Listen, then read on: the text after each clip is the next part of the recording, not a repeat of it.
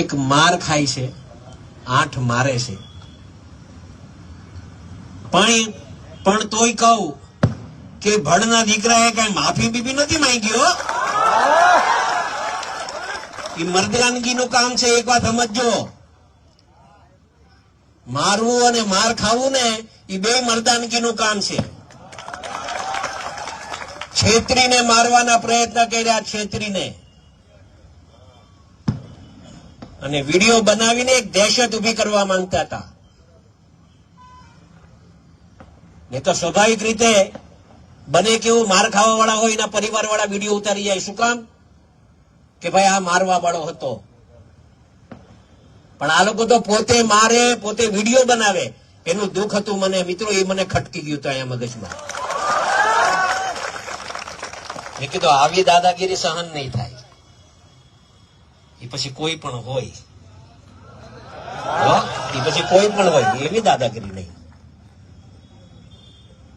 ને મિત્રો આવો તો કેટલાય નવનીતભાઈ પર કેટલાય અવારનવાર ક્યારેક બનતું હોય. પણ અમારા ધ્યાન ઉપર જયારે આ વાત આવી છે ને, ત્યારે કોઈ દિવસ અમારા સોલંકી પરિવારે પાછી નથી કરી. આ બહુ સ્પષ્ટ વાત છે, કોઈ બીજી વાત નથી. અમારે અગાઉ પણ આ વાત કરી હતી, આજે પણ ફરીથી આ વાત કરું છું.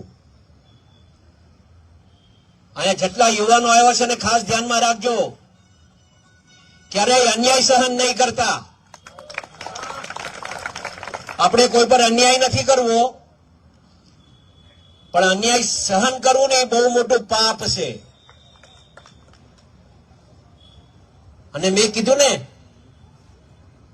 કે આ જે રીતે આખા ગુજરાતભરમાં મિત્રો આપણે સાચા હતા, આપણો સમાજ સાચો હતો, નવનીત સાચો હતો. અને એના હિસાબે 18 વર્ણ આપણા હારે હતા. કોઈ એમ કહેતું હોય કે આ સમાજ તમારા હારે નથી, એવું નહોતું. આપણે નામ નથી આપવા, પણ દરેકે દરેક સમાજને એવું લાગ્યું કે આ ખોટું થઈ રહ્યું છે. અને એમાં આ તો કહેવાય ને, ન્યાય અને અન્યાયની લડાઈ હતી. અને ન્યાય ઈશ્વર જોતો હોય ને, અને ઈશ્વરે આપણે ન્યાય આપ્યો છે. મિત્રો એક વાત સમજો.